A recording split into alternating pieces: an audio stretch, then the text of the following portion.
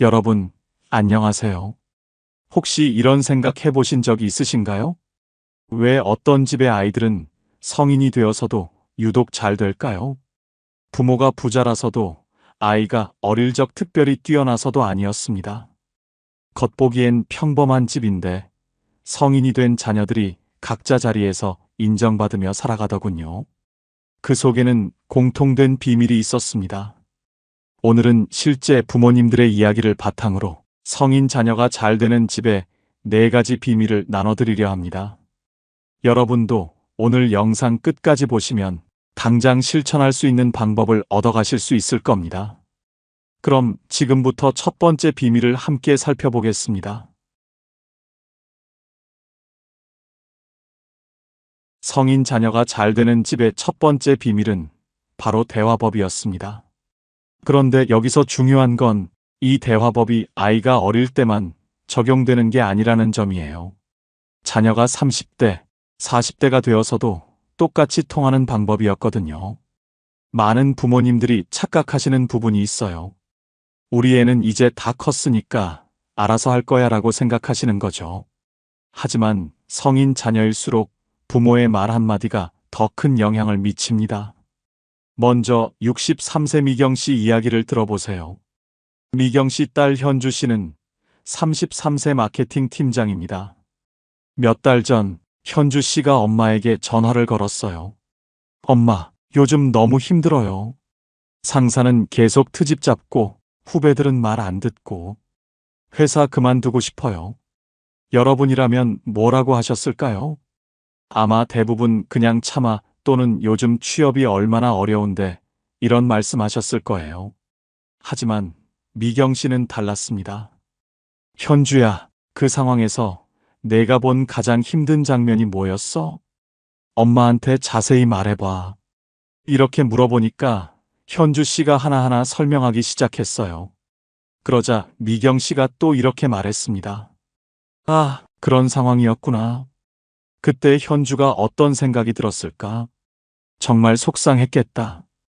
여기서 끝이 아니에요. 미경 씨는 마지막에 이런 말을 덧붙였어요. 현주야, 엄마가 봤을 때 넌 충분히 잘하고 있어. 지금 힘든 건 내가 책임감이 강하고 완벽하게 하려고 하기 때문이야. 그런 마음가짐이면 어떤 어려움도 이겨낼 수 있을 거야. 이 대화 이후 현주 씨가 어떻게 변했을까요? 엄마가 제 마음을 정말 이해해 주시니까 마음이 한결 가벼워졌어요. 그리고 문제를 해결할 방법도 차근차근 생각할 수 있게 됐고요. 중요한 건 미경 씨가 딸에게 해답을 제시한 게 아니라 딸이 스스로 답을 찾을 수 있도록 도와줬다는 점입니다. 또 다른 분, 60세 덕순 씨 이야기도 들어보세요. 덕순 씨 아들 상민 씨는 28세인데 직장을 다니면서 야간 대학원을 고민하고 있었어요. 엄마, 저 대학원 가고 싶은데. 근데 나이도 많고 돈도 많이 들고 어떻게 해야 할지 모르겠어요. 일반적인 부모라면 그냥 직장이나 열심히 다녀. 또는 공부는 언제든 할 수 있어. 이런 조언을 했을 거예요. 하지만 덕순 씨는 이렇게 물어봤어요. 상민아, 대학원에서 뭘 배우고 싶은 거야? 그걸 배우고 나면 내가 어떤 사람이 되고 싶어? 상민 씨가 자세히 설명하자 덕순 씨는 계속 들어주었어요. 그리고 중간중간 이런 말을 했습니다. 아, 그런 꿈이 있었구나. 그럼 지금까지 그 꿈을 위해 어떤 준비를 해왔니? 상민 씨가 대답하자 덕순 씨는 마지막에 이런 말을 했습니다. 엄마가 봤을 때 상민이는 정말 성실하고 끈기 있는 아이야. 지금까지 해온 걸 보면 분명 해낼 수 있어. 다만 무리하지는 말고 내 속도에 맞춰서 해봐. 결과는 상민 씨는 자신감을 얻고 대학원에 진학했고 지금은 전문가 과정을 밟고 있다고 해요. 이분들의 대화법에는 3가지 공통점이 있었어요. 왜? 라고 묻지 않고 무슨 생각이었어? 라고 물어봅니다. 왜 그랬니? 는 자녀를 신문하는 느낌이지만 무슨 생각이었어? 는 자녀의 마음을 이해하려는 느낌이거든요. 62세 영자 씨는 이렇게 말씀하셨어요. 왜라는 말은 아이를 방어적으로 만들어요. 하지만 무슨 생각이라고 물으면 아이가 마음을 열고 이야기하더라고요. 다른 사람과 비교하지 않습니다. 다른 사람은 어떻게 하던데 이런 말 대신 내가 지금까지 어떻게 해왔는지 생각해봐라고 말해요. 59세 정자 씨의 경험담입니다. 예전에는 옆집 아이는 이런 말을 자주 했는데 그럴 때마다 우리 애가 위축되더라고요. 그래서 비교하는 말은 아예 안 하기로 했어요. 조언보다는 지지를 먼저 합니다. 문제 해결책을 바로 제시하기보다는 너는 충분히 할 수 있어라는 믿음을 먼저 전달해요. 70세 순희 씨는 이런 말씀을 하셨어요. 아이들은 답을 알고 있어요. 다만 자신감이 없을 뿐이죠. 부모가 해야 할 일은 그 자신감을 북돋아주는 거예요. 이런 대화법을 사용한 부모님들의 자녀들은 어떻게 변했을까요? 67세 말순 씨의 증언을 들어보세요. 우리 딸이 결혼 후에도 고민이 있으면 저한테 먼저 전화해요. 엄마는 내 말을 끝까지 들어주시니까 마음이 정리된다고 하더라고요. 70세 금순 씨도 비슷한 경험을 하셨어요.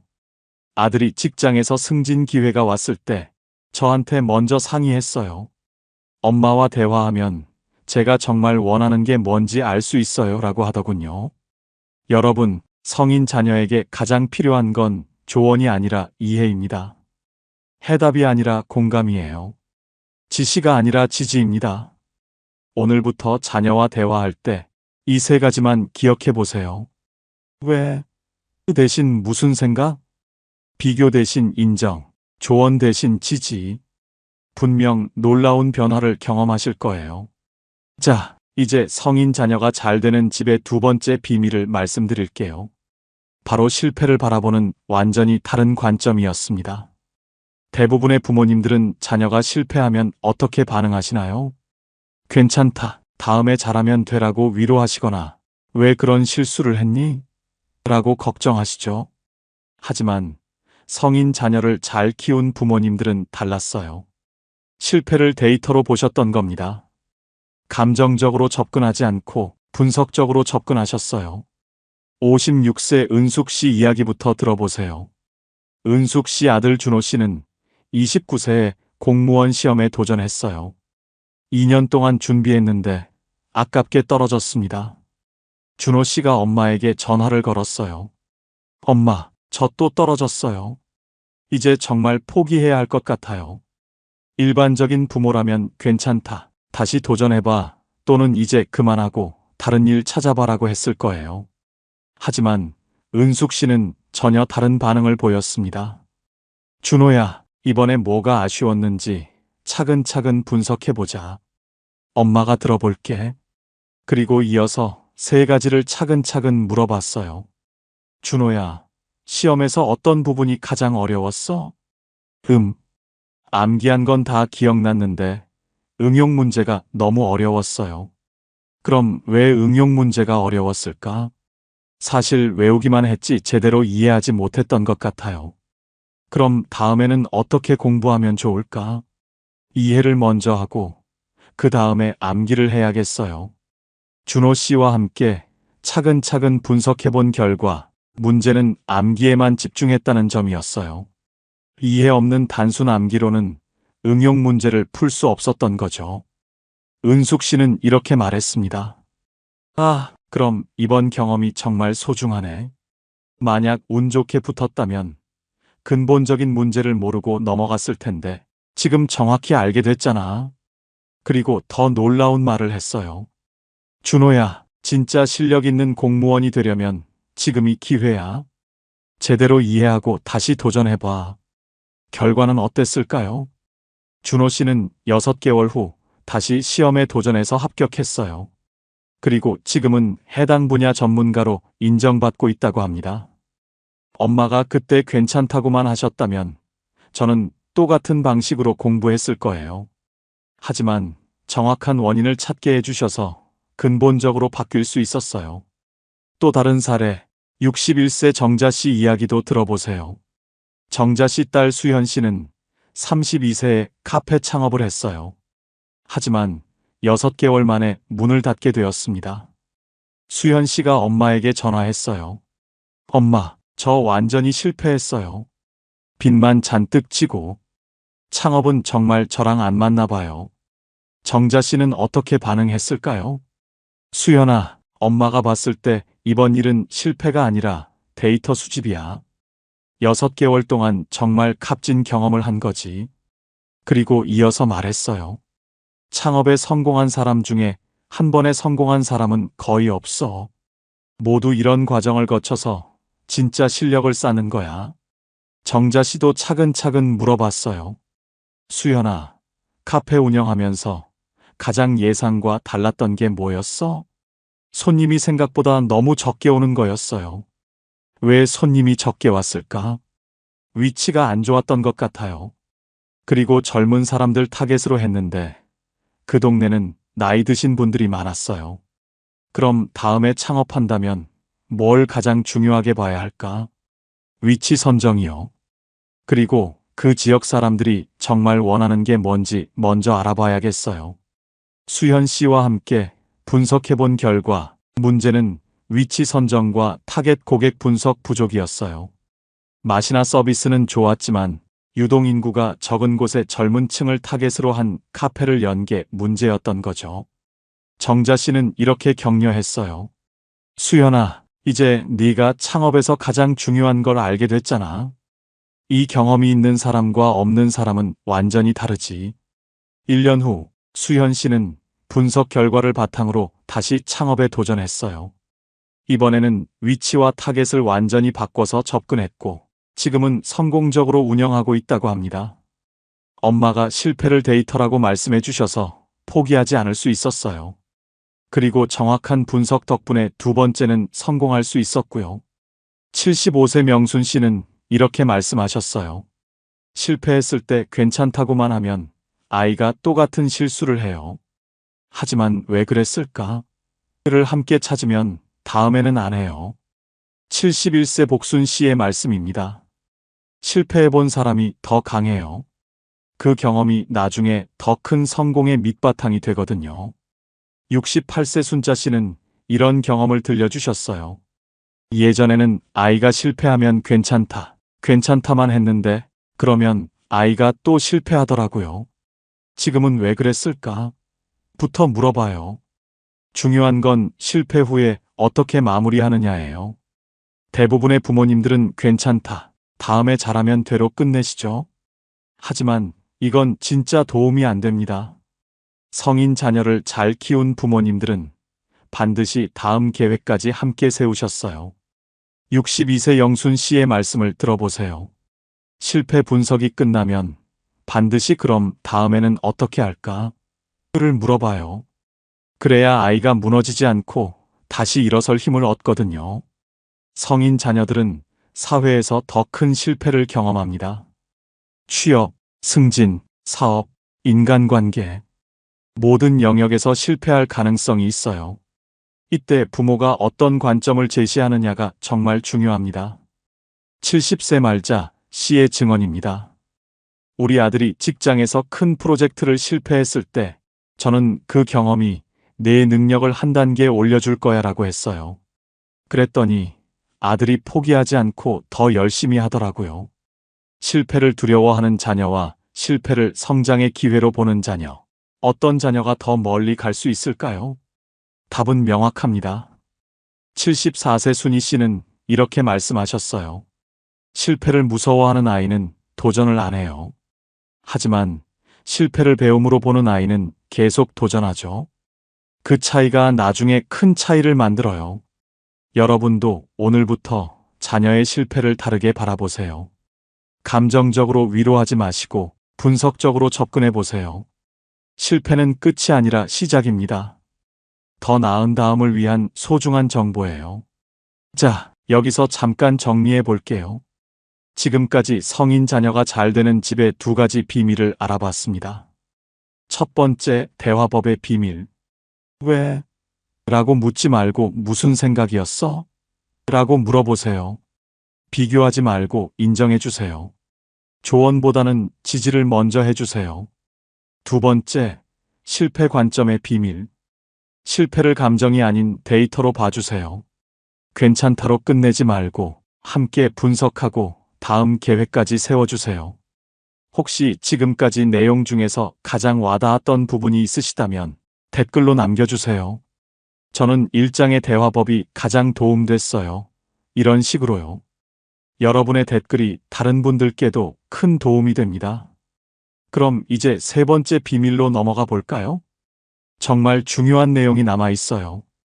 이제 성인 자녀가 잘 되는 집의 세 번째 비밀을 말씀드릴게요.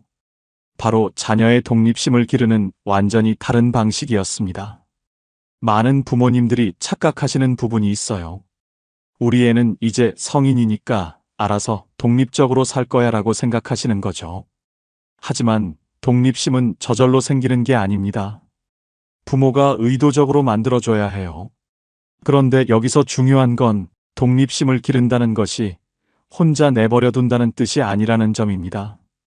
부모가 해줄 일을 줄이고 자녀가 해볼 일을 늘리는 것이에요. 64세 인순 씨 이야기부터 들어보세요. 인순 씨 딸 미영 씨는 31세에 결혼을 앞두고 있었어요.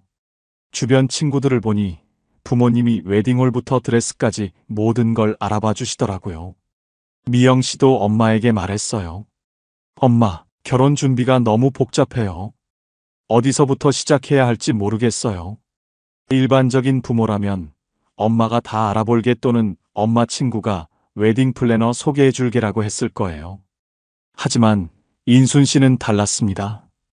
미영아, 결혼은 내 인생에서 정말 중요한 일이잖아. 내가 직접 알아보고 선택해야 나중에 후회 안 할 거야. 그리고 이어서 말했어요. 엄마는 내가 혼자 할 수 있다고 믿어. 어려운 일이 생기면 언제든 물어봐. 하지만 결정은 내가 해야 해. 처음에 미영 씨는 당황했어요.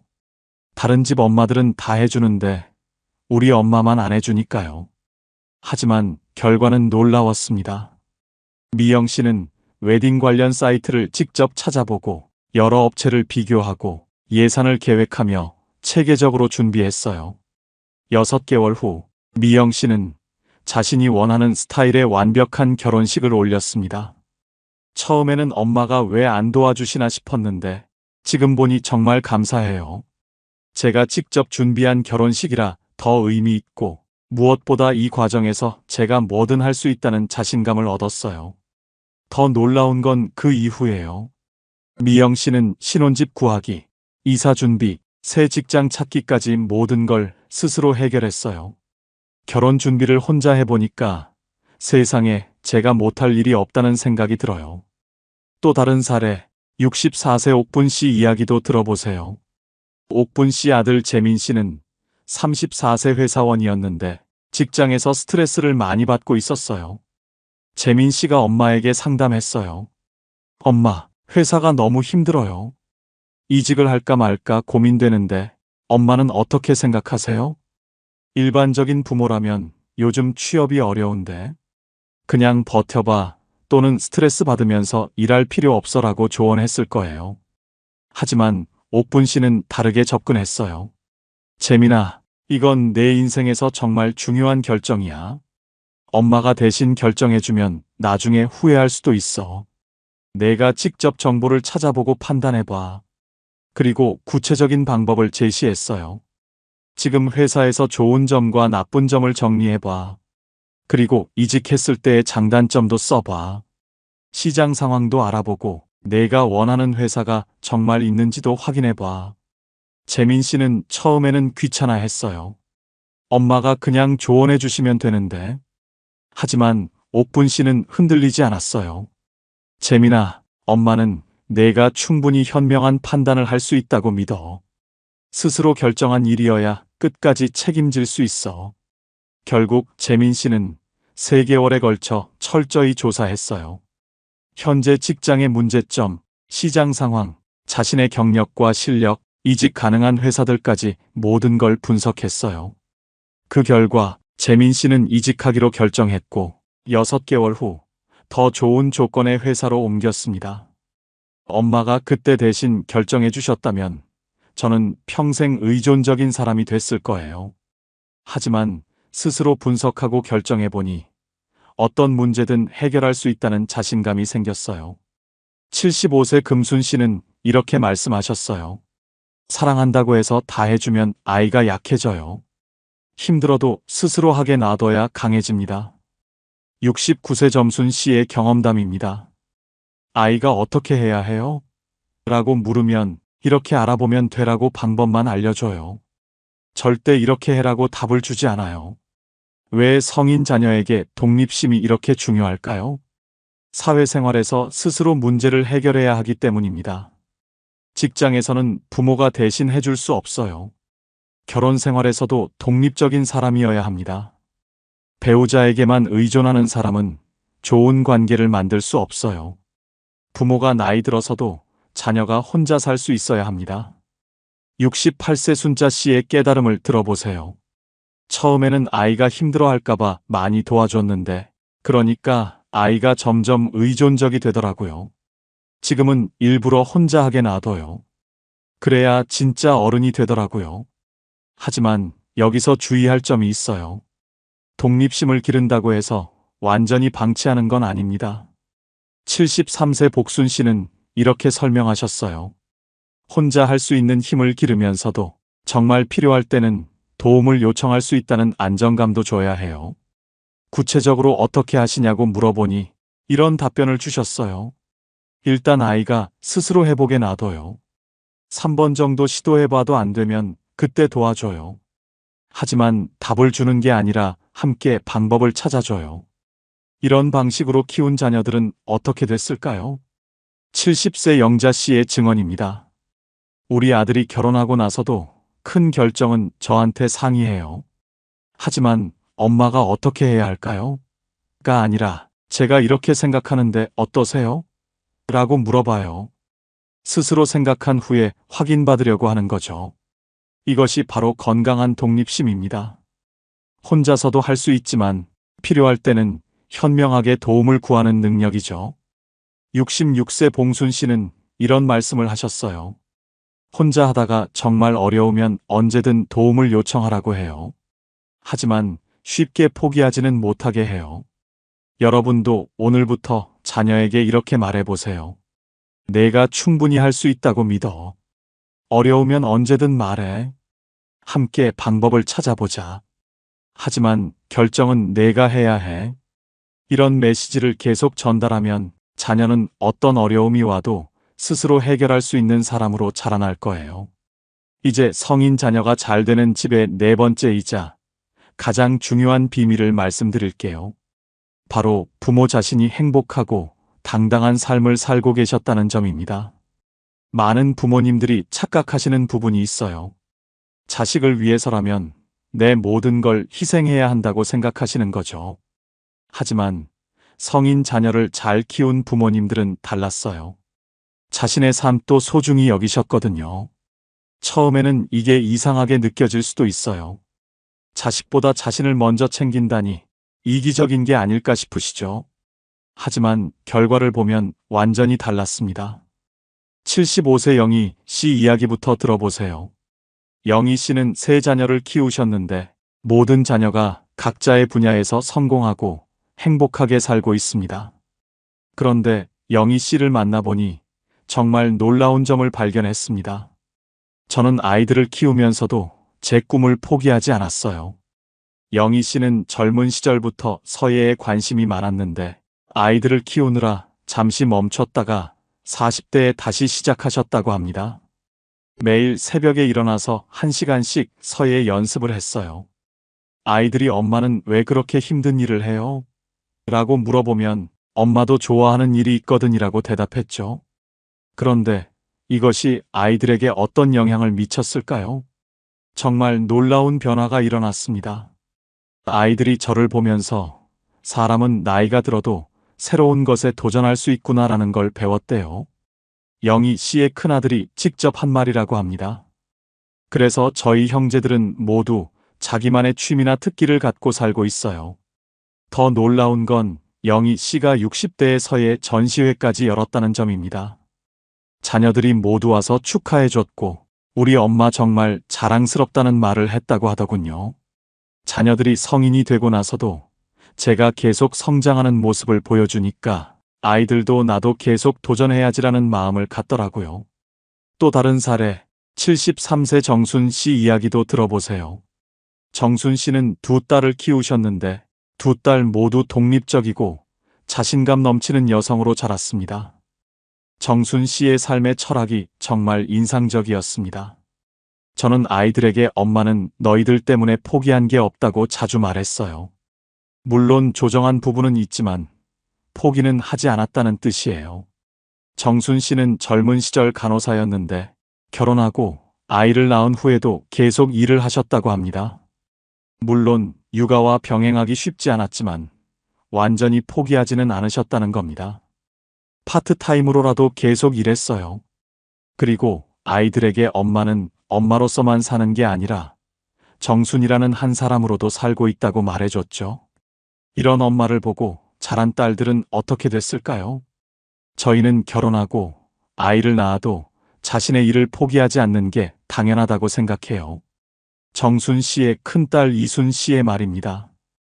엄마가 그런 모습을 보여주셨기 때문에 우리도 자연스럽게 그렇게 살게 됐어요.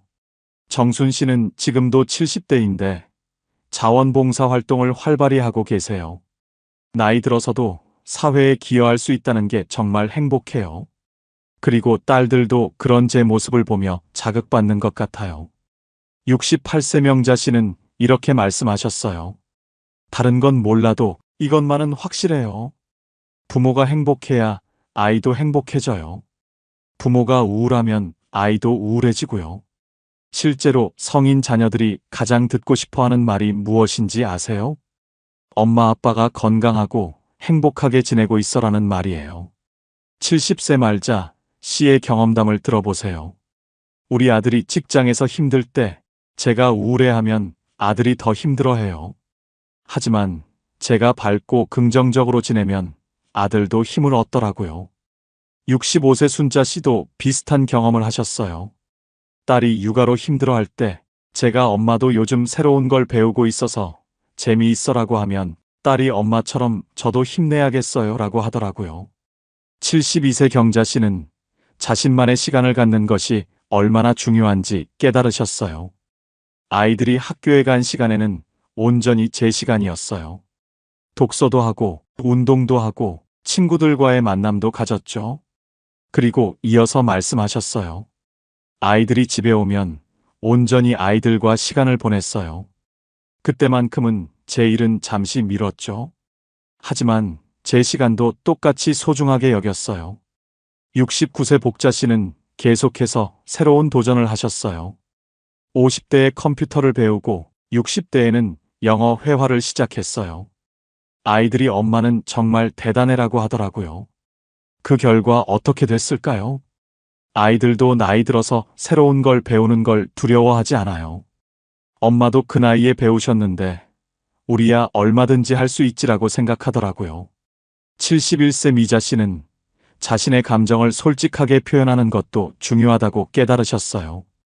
힘든 일이 있을 때 엄마도 힘들다고 솔직하게 말해요.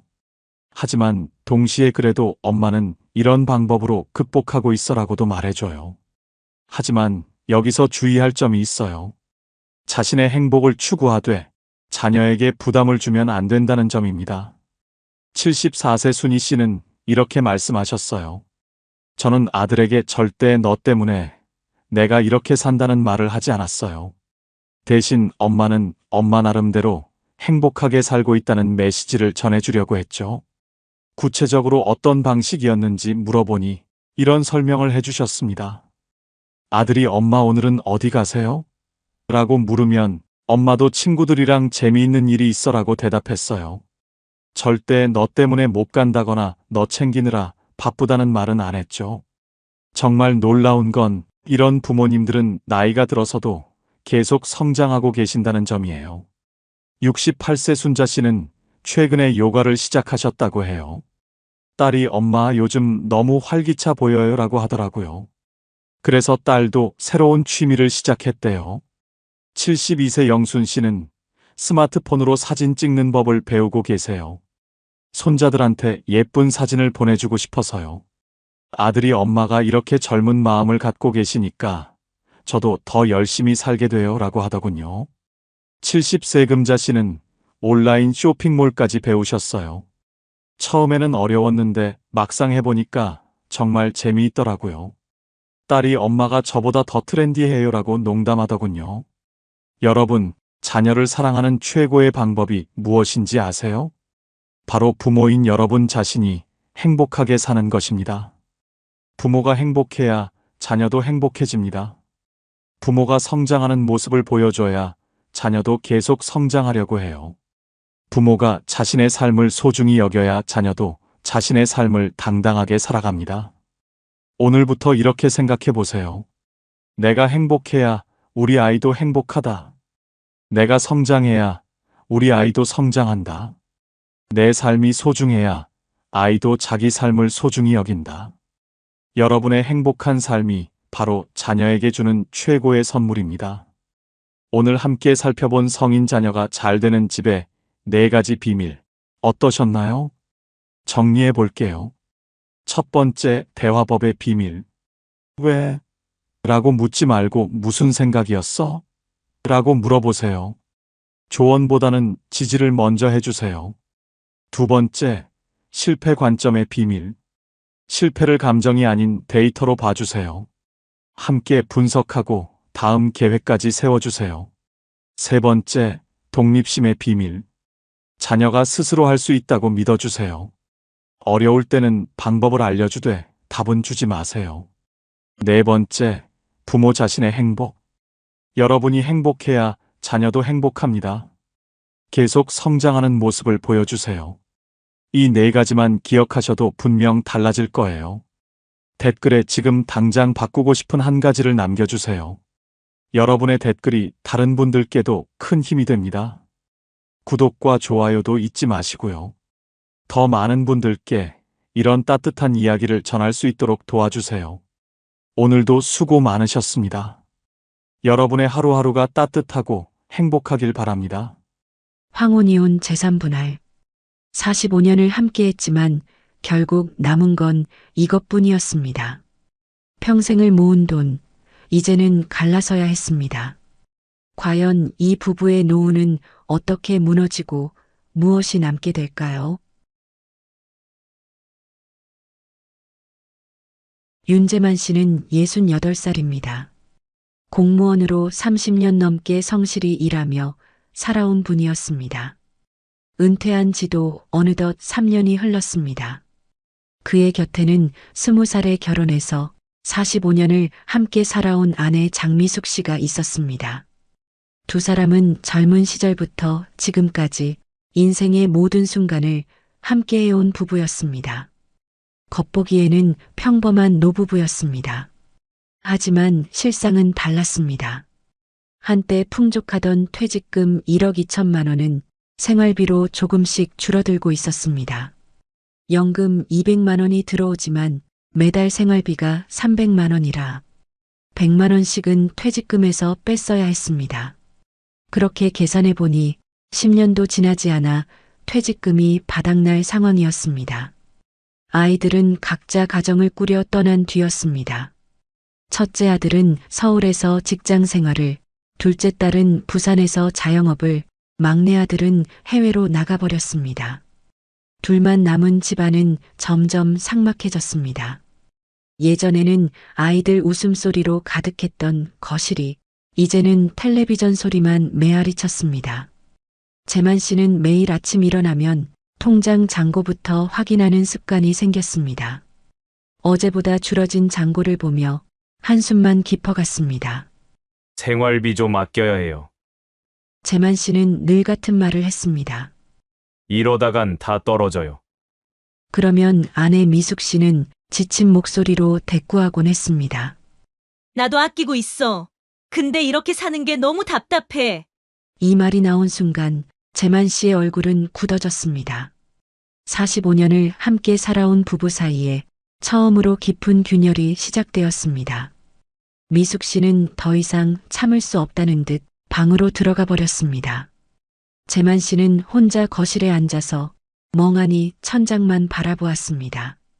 내가 뭘 잘못했지? 평생 가족을 위해 일만 했는데 그런 생각들이 머릿속을 맴돌았습니다. 사실 재만 씨는 몰랐습니다. 아내가 얼마나 오랫동안 혼자서 모든 것을 감당해 왔는지를. 새 아이를 키우며 시부모님까지 모시느라 자신의 꿈은 접어둔 채 살아온 45년. 그 시간의 무게를 말입니다. 퇴직 후 집에만 있는 남편을 보며 미숙 씨는 문득 깨달았습니다. 내 인생은 언제 시작되는 거지? 그날 밤부터 두 사람은 서로 다른 방에서 잠들기 시작했습니다. 45년간 함께 누워온 침대가 이제는 너무 좁게 느껴졌습니다. 아침에도 저녁에도 예전 같은 대화는 사라졌습니다. 필요한 말만 주고받을 뿐 마음을 나누는 대화는 없었습니다. 재만 씨는 혼자 산책을 나가며 이게 정말 내 인생인가 하는 생각을 했습니다. 공무원으로 성실히 일하고 가족을 위해 모든 것을 바쳤는데 노후는 이렇게 외롭고 쓸쓸할 줄 몰랐습니다. 미숙 씨 역시 혼자만의 시간이 길어지자 지난 45년을 되돌아보게 되었습니다.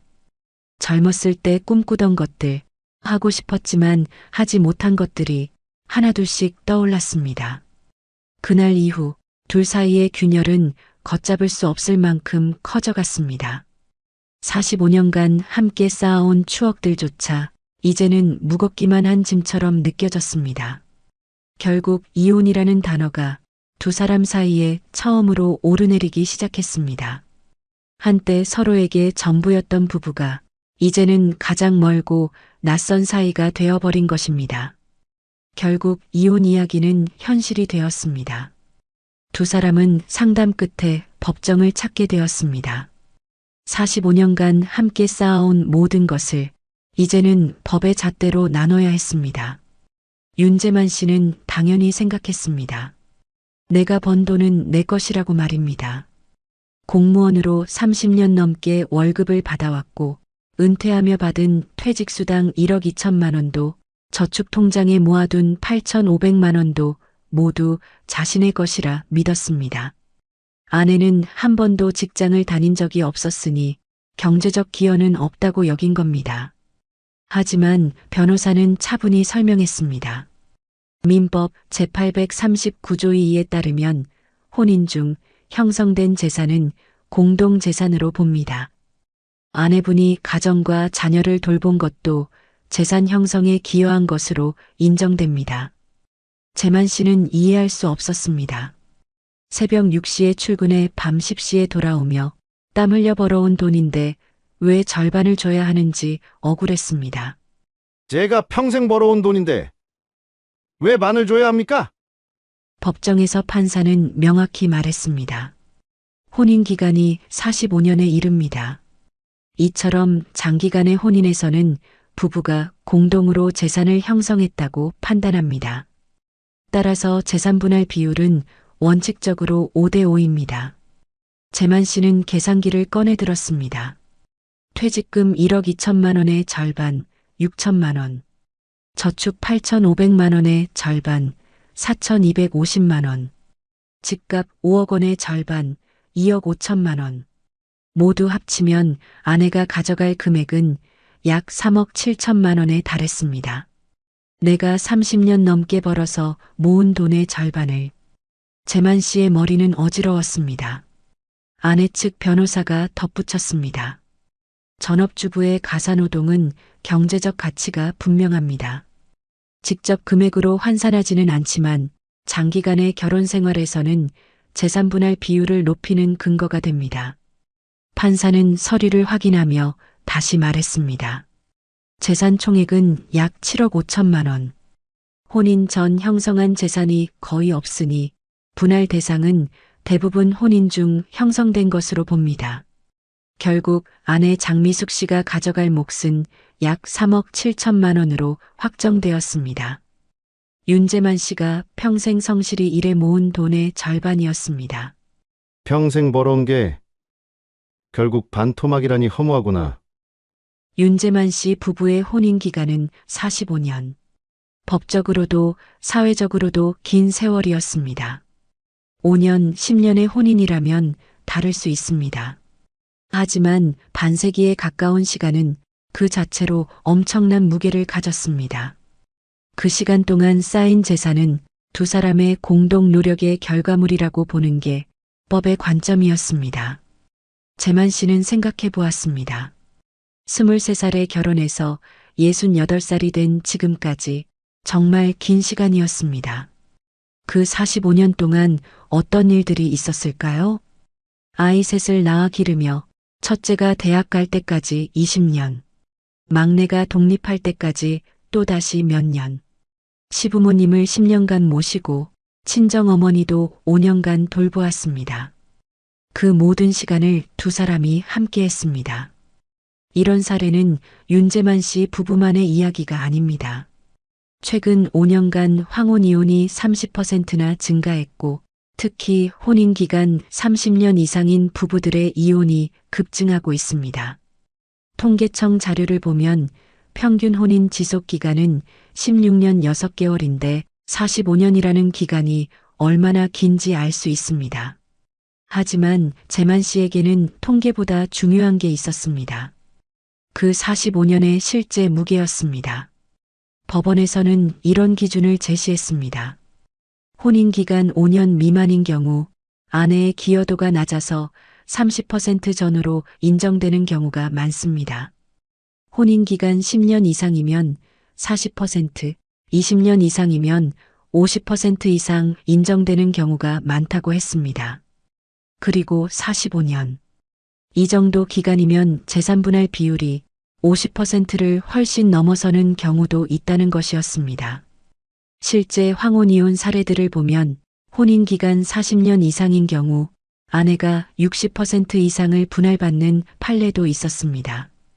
그만큼 오랜 세월의 기여도를 높게 평가한 것입니다. 판사는 담담히 말했습니다. 45년의 세월은 결코 가볍지 않습니다. 재만 씨는 아무 말도 할 수 없었습니다. 그의 눈에는 억울함과 허탈함이 동시에 비쳤습니다. 그런데 왜 이렇게 오랜 기간을 함께 산 부부들이 노년에 와서 이혼을 결정하는 걸까요? 전문가들은 몇 가지 이유를 제시합니다. 남편의 퇴직 후 집에서 보내는 시간이 늘어나면서 생활 패턴의 차이로 갈등이 심화되는 경우가 많다고 합니다. 재만 씨 부부도 정확히 그런 경우였습니다. 정말 오랫동안 서로를 의지하며 살아왔는데 퇴직 후 집에서만 지내다 보니 갈등이 생긴 것입니다. 경제적 어려움도 함께 견뎠고 아이들 교육 문제도 함께 고민했습니다. 시부모님 간병도 함께 했고 인생의 크고 작은 문제들을 함께 해결해 왔습니다. 법원은 이런 점들을 종합적으로 고려합니다. 단순히 시간의 길이만이 아니라 그 시간 동안 쌓인 협력과 기여도를 봅니다. 미숙 씨의 변호사가 말했습니다. 45년간 집안의 모든 일을 도맡아 했습니다. 아이들 교육은 물론이고 시부모님 간병까지 전부 아내의 몫이었습니다. 남편이 승진하고 좋은 평가를 받을 수 있었던 것도 뒷바라지가 있었기 때문입니다. 회식이 늦어져도 출장이 길어져도 집안 살림은 항상 안정적으로 돌아갔습니다. 재만 씨는 문득 깨달았습니다. 정말로 혼자서 모든 것을 해낸 게 아니었구나. 아내가 없었다면 지금의 자신도 없었을 것이라는 사실을 45년이라는 세월 앞에서 법도 사회도 그 무게를 인정하고 있었습니다. 그 긴 시간 동안 함께 만들어온 모든 것들이 이제는 공정하게 나눠져야 할 대상이 된 것입니다. 재만 씨는 고개를 떨궜습니다. 억울하다는 생각보다는 허탈함이 더 크게 다가왔습니다. 이렇게 무거울 줄 그땐 정말 몰랐습니다. 장미숙 씨는 한 번도 직장을 다닌 적이 없었습니다. 하지만 그건 일을 하지 않은 게 아니었습니다. 아이 셋을 낳아 키우며 집안을 돌보며 시부모님까지 모셨습니다. 남편이 새벽같이 나가 밤늦게 들어와도 그가 따뜻한 밥을 먹을 수 있었던 건 아내가 있었기 때문입니다. 미숙 씨의 하루는 새벽 5시 30분부터 시작되었습니다.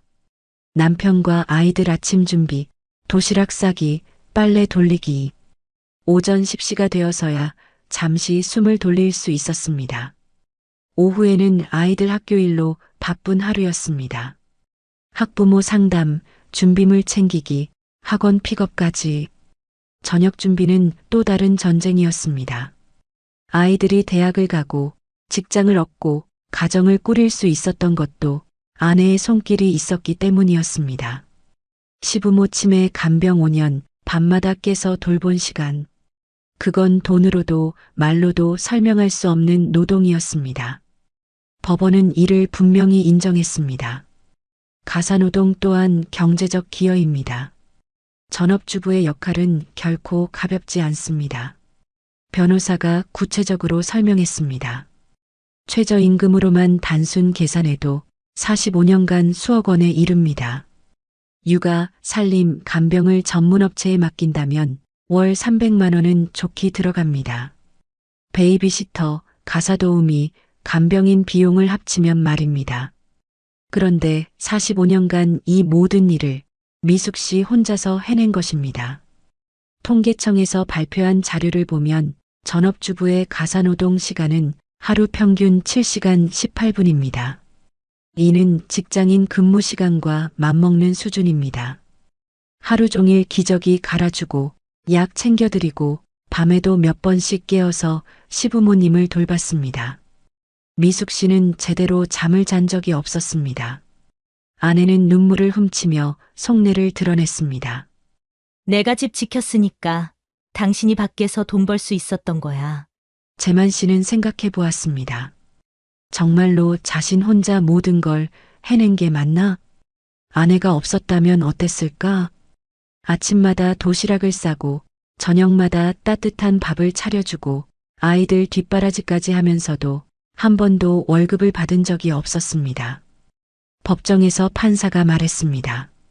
가사노동의 경제적 가치는 단순히 시급으로만 계산할 수 없습니다. 정서적 안정, 교육적 효과까지 고려하면 그 가치는 훨씬 더 큽니다. 재만 씨는 처음으로 깨달았습니다. 아내의 45년이 얼마나 소중한 시간이었는지를. 그 시간이 없었다면 지금의 자신도 아이들도 가정도 없었을 것이라는 사실을. 재만 씨는 눈을 피했지만 그 말이 사실이라는 걸 누구보다 잘 알고 있었습니다. 문제는 두 사람 모두 이미 은퇴했다는 사실이었습니다. 예전처럼 다시 돈을 벌 수도 새로운 길을 찾을 수도 없었습니다. 남은 건 오직 퇴직금과 집, 그리고 몇 장 안 되는 예금 통장뿐이었습니다. 재만 씨는 68살이었습니다. 미숙 씨는 65살이었습니다. 둘 다 새로 일자리를 구하기에는 너무 늦은 나이였습니다. 재산을 반으로 나눈다면 두 사람 모두가 가진 돈은 각각 3억 7,500만 원 정도. 앞으로 살아갈 20년 그 돈으로 버텨야 했습니다. 혼자 살 때 월 생활비를 200만 원이라고 계산해 봤습니다. 1년이면 2,400만 원, 10년이면 2억 4천만 원, 20년을 살려면 4억 8천만 원이 필요했습니다. 그런데 나눠받을 돈은 3억 7,500만 원, 1억 원이 부족한 상황이었습니다. 게다가 의료비는 계산에 포함되지 않았습니다. 나이가 들면서 병원비는 점점 늘어날 텐데 그 돈은 어디서 마련해야 할까요? 윤재만 씨는 계산기를 두드리다 고개를 떨궜습니다. 이 돈 나누고 나면 나한테 뭐가 남는 거지? 한때 자랑스러웠던 퇴직금이 이제는 더 큰 불안의 씨앗이 되고 있었습니다. 미숙 씨도 마찬가지였습니다. 혼자 살아가기에는 3억 7,500만 원도 넉넉하지 않았습니다. 원룸 월세만 해도 50만 원은 들어갑니다. 생활비 150만 원까지 합치면 월 200만 원은 기본적으로 필요합니다. 두 사람 모두 경제적으로 여유로운 노후를 꿈꾸고 있었는데 현실은 그렇지 못했습니다. 게다가 인플레이션까지 고려하면 20년 후 물가는 지금보다 훨씬 높아질 것입니다. 지금의 200만 원이 20년 후에는 300만 원의 가치가 될지도 모릅니다. 재만 씨는 친구들과 만날 때마다 이런 고민을 털어놓곤 했습니다. 이혼하고 나면 진짜 빈털터리가 되는 거야. 하지만 친구들도 별다른 해답을 주지 못했습니다. 대부분 비슷한 상황에 처해 있었기 때문입니다. 국민연금은 평균 수령액 수준인 월 80만 원 정도 나올 예정이었습니다. 그나마 다행이었지만 생활비를 모두 충당하기에는 턱없이 부족했습니다. 결국 두 사람 모두 노후 20년을 불안하게 살아가야 하는 냉혹한 현실을 마주하게 되었습니다. 이혼은 단순히 관계의 끝이 아니라 두 사람 모두의 생존이 걸린 싸움이었습니다. 그럼에도 불구하고 두 사람의 마음은 이미 돌이킬 수 없을 만큼 멀어져 있었습니다. 집을 팔아 나눌 것인가, 한쪽이 살고 다른 한쪽이 보상을 받을 것인가, 통장을 어떻게 나눌 것인가. 노후 자산이 하나씩 도마 위에 오를 때마다 부부의 갈등은 깊어졌습니다. 재만 씨는 집을 팔기 싫었습니다. 45년간 살아온 추억이 담긴 곳이었기 때문입니다. 아이들이 태어나고 자란 곳, 부모님을 모셨던 곳, 모든 기억이 스며 있는 공간이었습니다. 하지만 집값이 5억 원인 상황에서 미숙 씨 목 2억 5천만 원을 현금으로 줄 방법이 없었습니다. 퇴직금과 예금을 합쳐도 부족했습니다. 결국 집을 팔아야 하는 상황이었습니다. 미숙 씨는 오히려 시원했습니다. 그 집에서 보낸 45년이 모두 행복한 기억만은 아니었기 때문입니다. 시어머니 간병하느라 고생했던 방, 혼자서 아이들 키우며 밤새 걱정했던 거실, 남편과 말다툼했던 침실, 모든 공간이 힘겨웠던 시간들로 채워져 있었습니다. 변호사들은 구체적인 분할 방안을 제시했습니다. 집 5억 원, 퇴직금 1억 2천만 원, 예금 8,500만 원, 총 7억 500만 원을 절반씩 나누는 것, 각자 3억 7,500만 원씩 가져가는 것이 가장 공정한 방법이라고 했습니다. 하지만 숫자로 나누기에는 45년의 세월이 너무 무거웠습니다. 재만 씨는 생각했습니다. 정말 이게 끝인가? 45년을 함께 산 것이 이 정도 가치밖에 안 되는 건가? 미숙 씨도 복잡한 마음이었습니다. 돈을 받는다고 해서 지난 45년이 없어지는 것은 아니었습니다. 좋았던 기억들도 힘들었던 시간들도 모두 자신의 인생이었습니다. 돈보다 더 무거운 것은 45년간 함께한 세월과 추억이었습니다. 첫 아이를 낳았을 때의 기쁨, 집을 처음 샀을 때의 감격, 아이들 결혼식에서 함께 흘렸던 눈물, 시부모님 장례식에서 서로 의지했던 순간들. 그 모든 것들이 이제는 법정에서 숫자로 계산되고 있었습니다. 그러나 장미숙 씨의 결심은 단호했습니다. 돈이 문제가 아니야. 이제 내 인생을 살고 싶어. 그 말은 재만 씨의 마음을 무너뜨렸습니다. 함께 쌓아온 세월조차 이제는 의미가 없는 듯 했습니다. 재만 씨는 마지막으로 물었습니다. 정말 다시 생각해 볼 생각은 없어? 미숙 씨는 고개를 저었습니다. 45년 동안 당신을 위해 살았어. 이제는 나를 위해 살고 싶어. 그날 밤 두 사람은 마지막으로 같은 집에서 잠들었습니다. 하지만 마음은 이미 서로 다른 곳을 향하고 있었습니다. 45년의 결혼 생활이 이렇게 끝나가고 있었습니다. 이혼은 돈의 문제가 아니라 결국 두 사람의 세월까지 잘라내는 일이었습니다. 황혼 이혼의 재산 분할은 단순히 숫자의 문제가 아니었습니다. 기본 원칙, 혼인 기간, 보이지 않는 기여도, 퇴직 후의 냉혹한 현실, 그 모든 것이 얽혀 한 사람의 노후를 송두리째 흔들어 놓았습니다. 윤재만 씨와 장미숙 씨, 45년을 함께 살아온 이 부부는 법정에서 모든 것을 나누게 되었습니다. 집 5억 원을 팔아서 나누고 퇴직금 1억 2천만 원도 절반씩, 예금 8,500만 원도 절반씩, 각자 3억 7,500만 원씩 가져가게 되었습니다. 하지만 그 돈으로 과연 20년의 노후를 버틸 수 있을까요?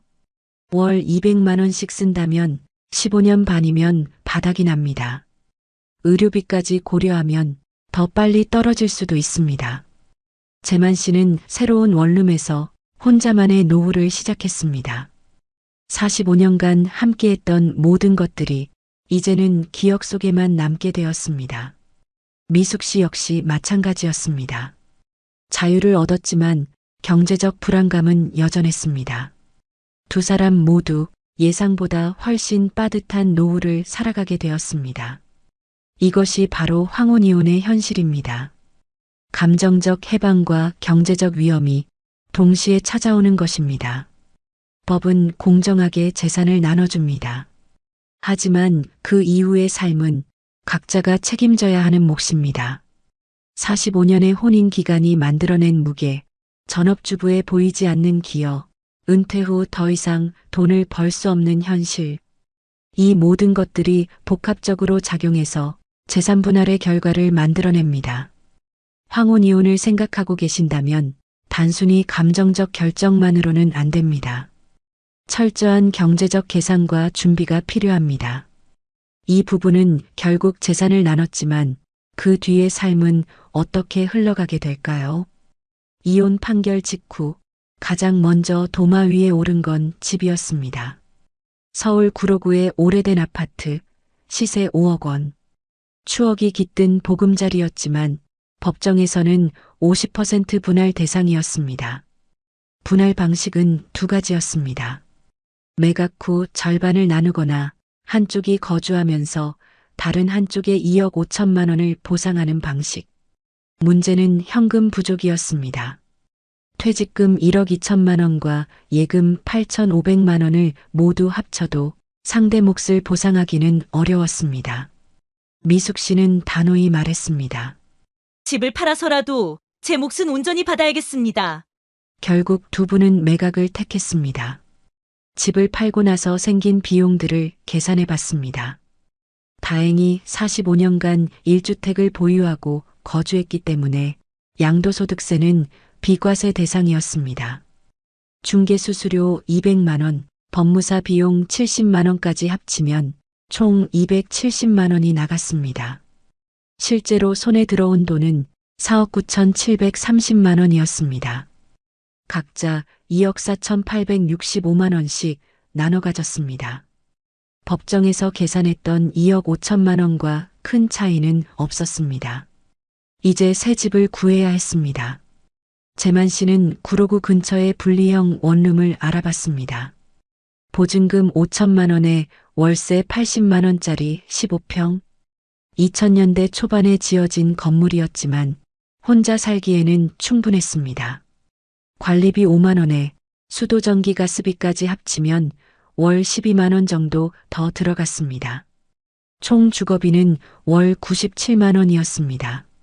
미숙 씨는 같은 구로구에서 좀 더 작은 곳을 찾았습니다. 보증금 5천만 원에 월세 65만 원짜리 10평 원룸이었습니다. 90년대에 지어진 오래된 건물이었지만 지하철역과도 가까웠습니다. 관리비 4만 원에 수도 전기 가스비 10만 원까지 합치면 총 주거비는 월 79만 원이었습니다. 두 사람 모두 집 문제는 해결했지만 보증금과 이사 비용으로 상당한 돈이 들어갔습니다. 하지만 혼자 사는 것은 생각보다 어려웠습니다. 재만 씨는 45년간 아내가 해주던 요리를 이제 혼자 해야 했습니다. 하지만 요리 경험이 전혀 없었습니다. 결국 배달 음식과 외식에 의존하게 되었습니다. 하루 식비만 18,000원씩 들어갔습니다. 한 달이면 54만 원. 서울 물가가 비싸다 보니 식비 부담이 더욱 컸습니다. 더 큰 문제는 건강이었습니다. 기름진 음식을 계속 먹다 보니 소화가 잘 안 되고 체중도 늘어났습니다. 재만 씨는 예전 미숙 씨의 집밥이 그리웠습니다. 미숙 씨는 다른 문제가 있었습니다. 45년간 남편과 함께 살다가 혼자 원룸에 있으니 밤이 무서웠습니다. 작은 소리에도 깜짝깜짝 놀랐고 잠들기가 어려웠습니다. 전구가 나가거나 변기가 막혀도 스스로 해결해야 했습니다. 두 사람 모두 아플 때가 가장 힘들었습니다. 감기라도 걸리면 돌봐줄 사람이 없었습니다. 약국에 가는 것조차 혼자 해야 했습니다. 재만 씨의 월 생활비를 계산해 보니 주거비 97만 원, 식비 54만 원, 취미 및 차량 유지비, 기타 생활비 100만 원까지 합치면 총 251만 원이 들어갔습니다. 1년이면 3,012만 원, 10년이면 3억 120만 원. 계산해 보니 6년 정도면 바닥날 상황이었습니다. 미숙 씨는 요리를 할 줄 알아서 식비는 절약했지만 그래도 혼자 장보고 요리하기엔 40만 원은 들어갔습니다. 대신 보안 문제로 택시를 자주 이용했습니다. 주거비 79만 원, 식비 40만 원, 택시비 및 기타 생활비 80만 원까지 합치면 총 199만 원이 들어갔습니다. 1년이면 2,388만 원, 10년이면 2억 3,880만 원. 그녀는 8년 정도는 버틸 수 있을 것 같았습니다. 하지만 두 사람 모두 깨달았습니다. 서울에서 혼자 사는 것이 생각보다 훨씬 비싸다는 것을. 예전에는 두 사람이 함께 써서 모든 비용을 나눠 썼는데 이제는 각자 감당해야 했습니다. 재만 씨는 혼자 중얼거렸습니다. 서울에서 혼자 살기가 이렇게 힘들 줄 몰랐어. 황혼이혼의 첫 번째 현실이었습니다. 재산 분할 자체보다는 이후의 생활비 증가가 더 큰 부담이라는 것. 그런데 더 큰 문제들이 기다리고 있었습니다. 연금과 빚에 관한 이야기가 남아 있었기 때문입니다. 집을 나눈 뒤에도 끝이 아니었습니다. 이제는 매달 들어오는 연금을 두고 또 다른 갈등이 시작되었습니다. 재만 씨는 30년간 공무원으로 일하며 성실히 연금을 납부했습니다.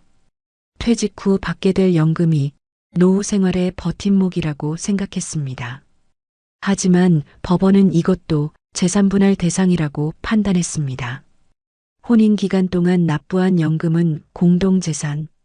따라서 절반을 분할해야 한다는 것이었습니다. 재만 씨는 이해할 수 없었습니다. 내가 낸 연금인데 왜 반을 줘야 합니까? 하지만 미숙 씨의 생각은 달랐습니다.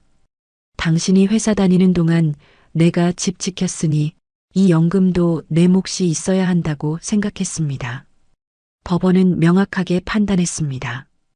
혼인 기간 중 형성된 연금급여는 부부의 공동 노력으로 만들어진 재산이라는 것. 결국 재만 씨가 받을 연금은 생각보다 크게 줄어들었습니다. 혼자 살기엔 빠듯한 수준이었습니다. 미숙 씨는 그나마 연금을 받게 되었지만 45년간 전업주부로 살아온 그녀에게는 여전히 부족한 금액이었습니다. 두 사람 모두 깨달았습니다. 연금 분할이 이렇게 큰 의미를 갖는다는 것을. 재만 씨는 친구들에게 물어봤습니다. 다들 비슷한 고민을 하고 있었습니다. 연금만으로는 생활이 어려워서 70세가 넘어서도 일을 해야 한다고 했습니다. 미숙 씨 역시 불안했습니다. 연금 분할로 받는 돈만으로는 안정적인 노후를 보장받기 어려웠기 때문입니다. 황혼이혼의 두 번째 현실이었습니다. 집뿐만 아니라 연금까지 나눠야 하고 각자의 노후 계획이 완전히 바뀐다는 것. 그런데 가장 큰 충격은 아직 남아 있었습니다. 지금까지 몰랐던 빚들이 하나둘씩 드러나기 시작했기 때문입니다. 집과 연금을 나눈 뒤에도 문제는 끝나지 않았습니다. 다음 쟁점은 빚이었습니다. 퇴직 후 연금만으로는 생활이 빠듯해 생활비를 메우기 위해 부부 공동 명의로 받은 대출이 있었습니다. 카드 대금, 가전제품 할부금, 의료비 할부까지 여러 빚들이 쌓여 있었습니다. 재만 씨는 주장했습니다. 생활비 때문에 밀린 건데 내가 갚아야 합니까? 변호사는 설명했습니다. 혼인 중 발생한 채무도 공동 책임입니다. 반씩 부담하셔야 합니다. 재산만 나누는 게 아니었습니다. 빚도 절반씩 나눠지는 것이었습니다. 문제는 그 빚들이 생각보다 많았다는 것입니다. 45년간 함께 살면서 생각보다 많은 빚들이 모두 재산분할 대상에 포함되었습니다. 더 큰 문제가 있었습니다. 서로 모르게 만든 빚들이 발견된 것입니다. 재만 씨 명의로 된 개인 대출, 미숙 씨가 전혀 모르는 돈이었습니다. 퇴직 준비를 위해서라고 했지만 실제로는 다른 용도로 쓴 돈이었습니다. 미숙 씨 명의의 카드 대금도 있었습니다. 자녀 지원과 생활비로 쓴 카드 대금이었는데 재만 씨는 전혀 몰랐던 빚이었습니다. 두 사람 모두 예상보다 받을 돈이 크게 줄어들었습니다. 재만 씨는 화가 났습니다. 미숙 씨가 모르게 받은 개인 대출까지 왜 자신이 절반을 부담해야 하는지 이해할 수 없었습니다. 미숙 씨도 마찬가지였습니다. 자녀 지원은 가족을 위한 것이었는데 왜 빚으로 취급되는지 억울했습니다. 하지만 법은 명확했습니다. 혼인 중 발생한 모든 채무는 용도에 관계없이 공동 책임이라는 것. 변호사가 덧붙였습니다. 앞으로도 새로운 빚이 발견될 수 있습니다. 완전히 정리되려면 시간이 더 걸릴 것 같다고 했습니다. 두 사람은 서로를 의심하게 되었습니다. 혹시 숨겨놓은 빚이 더 있는 건 아닌지 서로를 믿을 수 없게 되었습니다. 45년간 함께 살면서도 서로 모르는 빚이 이렇게 많았다는 사실이 더욱 충격적이었습니다. 재만 씨는 혼자 중얼거렸습니다. 재산을 나누는 것도 서러운데 빚까지 나눠야 하다니. 황혼이혼의 세 번째 현실이었습니다. 재산 분할은 플러스만 나누는 게 아니라 마이너스도 함께 나누는 것이라는 것. 하지만 여기서 끝이 아니었습니다. 집도 나누고 연금도 나누고 빚도 나눴지만 아직 계산하지 못한 것들이 남아 있었습니다. 바로 혼자 살면서 새롭게 생기는 각종 세금과 의료비 부담이었습니다. 집을 나누고 빚까지 정리했지만 또 다른 문제가 나타났습니다. 바로 세금과 보험료였습니다. 건강보험료는 연금 소득과 재산에 따라 매달 부담이 늘어났습니다.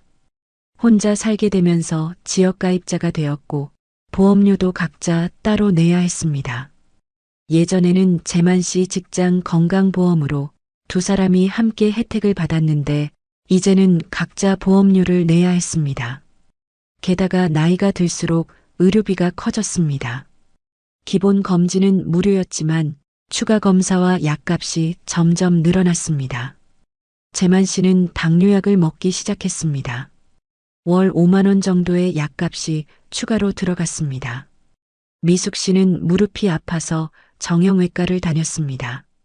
물리치료비만 월 5만 원에서 10만 원씩 나갔습니다. 기본 검진은 무료였지만 추가 검사 비용과 만성질환 약값, 치과 임플란트나 무릎 수술 같은 큰 지출이 갑자기 생겼습니다. 이렇게 예상치 못한 병원비까지 더해지니 1년에 200만 원에서 300만 원은 금세 나갔습니다. 장기요양보험도 변수가 되었습니다. 등급을 받으면 지원이 가능하지만 등급이 나오기 전까지는 모든 간병비를 자비로 부담해야 했습니다. 재만 씨는 친구의 이야기를 들었습니다. 치매 진단을 받고 요양원에 들어갔는데 월 200만 원씩 든다는 얘기였습니다. 장기요양보험 지원을 받아도 본인 부담금이 상당했습니다. 미숙 씨는 더 걱정이 많았습니다. 혼자 살면서 갑자기 쓰러지면 누가 돌봐줄 것인가 하는 불안감이 컸습니다. 계산기를 두드릴수록 앞으로 20년 노후에 필요한 돈은 생각보다 훨씬 컸습니다. 이렇게 돈이 많이 들 줄 몰랐는데 의료비만으로도 연간 300만 원은 들어갈 것 같았고 건강보험료도 매년 오를 예정이었습니다. 각종 세금까지 고려하면 연금만으로는 턱없이 부족해서 매달 예금을 깨먹어야 했습니다. 두 사람 모두 깨달았습니다. 재산분할로 받은 돈이 많아 보여도 실제로는 여러 비용들이 빠져나간다는 것을, 노후에는 단순히 생활비만 드는 게 아니라 의료비, 보험료, 세금 등 예상치 못한 지출이 계속 발생한다는 것이었습니다. 황혼 이혼의 네 번째 현실이었습니다. 재산을 나눠받아도 각종 세금과 의료비로 인해 실제 여유는 생각보다 적다는 것. 이제 정말 마지막 이야기가 남아 있었습니다. 법정에서 오간 날선 말들과 되돌릴 수 없는 상처들에 대한 이야기였습니다. 재산분할 과정에서 가장 아픈 건 돈이 아니었습니다. 법정에서 오간 말들이었습니다. 45년간 쌓인 모든 불만이 변호사를 통해 쏟아져 나왔습니다. 재만 씨 측 변호사가 주장했습니다. 아내분은 45년간 경제활동을 하지 않으셨습니다. 가사노동의 가치를 과대평가해서는 안 됩니다. 미숙 씨는 그 말을 듣고 울었습니다. 45년간 집안을 돌보며 살아온 자신이 한순간에 무가치한 존재가 된 기분이었습니다. 미숙 씨 측 변호사도 반박했습니다. 의뢰인은 시어머니 치매의 간병을 5년간 했습니다.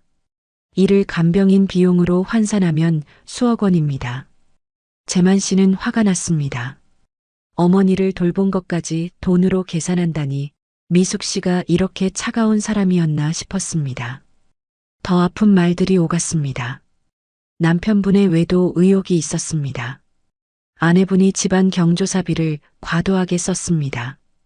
45년간 묻어두었던 서로의 상처들이 법정에서 모두 드러났습니다. 재만 씨는 생각했습니다. 정말 이혼해야 하는 걸까? 이렇게까지 서로를 헐뜯어야 하는 걸까?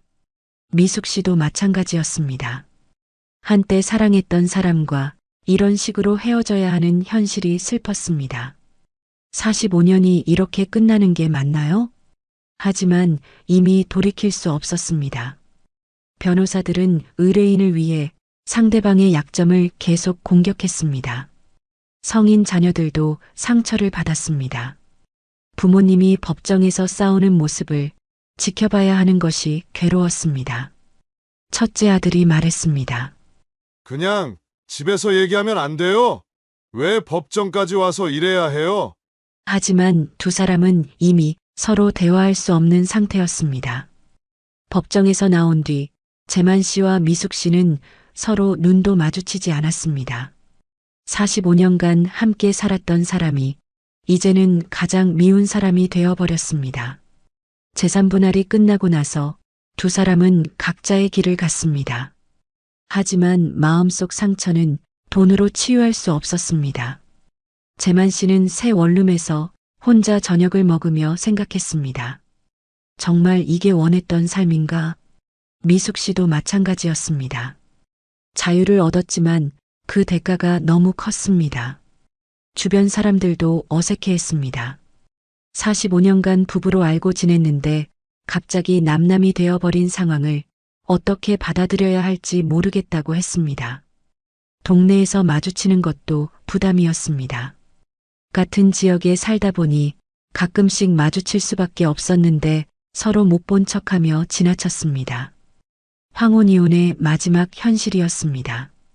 재산을 나누는 것보다 마음의 상처가 더 크다는 것. 그리고 그 상처는 돈으로도 시간으로도 쉽게 치유되지 않는다는 것이었습니다. 재만 씨는 혼자 중얼거렸습니다. 이럴 줄 알았으면 그냥 참고 살 걸 그랬나? 하지만 이미 늦었습니다. 45년의 세월이 법정 한 번으로 끝나버린 것입니다. 1년이 지난 후 재만 씨와 미숙 씨는 각자의 자리에서 황혼 이혼의 진짜 의미를 깨닫고 있었습니다. 재산 분할은 단순히 숫자를 나누는 게 아니었습니다.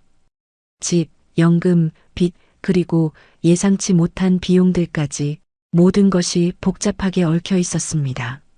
재만 씨는 새로운 일상에 적응하고 있었습니다. 처음엔 서러웠지만 이제는 자유로움도 느끼고 있었습니다. 미숙 씨 역시 마찬가지였습니다. 경제적 불안감은 여전했지만 오랜만에 찾은 자신만의 시간이 생각보다 소중했습니다. 두 사람 모두 깨달았습니다. 황혼 이혼의 진짜 비용은 돈이 아니라 준비 부족이라는 것을 만약 미리 알았다면 연금 분할에 대비할 수 있었을 것입니다. 숨겨진 빚들도 정리할 수 있었을 것입니다. 의료비 준비도 더 체계적으로 했을 것입니다. 하지만 후회보다는 앞으로가 더 중요했습니다. 재만 씨는 새로운 사람들을 만났습니다. 비슷한 상황의 사람들과 이야기하며 혼자 사는 법을 조금씩 배워갔습니다. 미숙 씨는 봉사활동을 시작했습니다. 오랫동안 쌓인 경험이 다른 사람들에게 도움이 되고 있었습니다. 황혼 이혼을 생각하고 계신다면 이런 점들을 미리 준비해 보세요. 재산 목록을 정확히 파악하고 숨겨진 빚이 없는지 확인하세요. 연금 분할이 어떻게 이루어지는지 알아보고 혼자 살 때의 생활비를 계산해 보세요. 무엇보다 중요한 건 감정적 결정보다는 냉정한 계산과 준비입니다. 오랜 세월이 하루아침에 끝나는 건 생각보다 훨씬 큰 변화입니다. 하지만 그 변화가 반드시 불행을 의미하지는 않습니다. 준비만 잘 된다면 새로운 시작이 될 수도 있습니다. 재만 씨와 미숙 씨의 이야기는 여전히 진행 중입니다. 어려움도 있지만 각자만의 방식으로 적응해 가고 있습니다. 황혼 이혼은 끝이 아니라 또 다른 시작일 수 있습니다. 다만 그 시작을 위해서는 충분한 준비와 각오가 필요할 뿐입니다. 이야기가 도움이 되셨다면 구독과 좋아요 부탁드립니다. 여러분의 생각은 어떠신가요? 댓글로 함께 나눠주세요.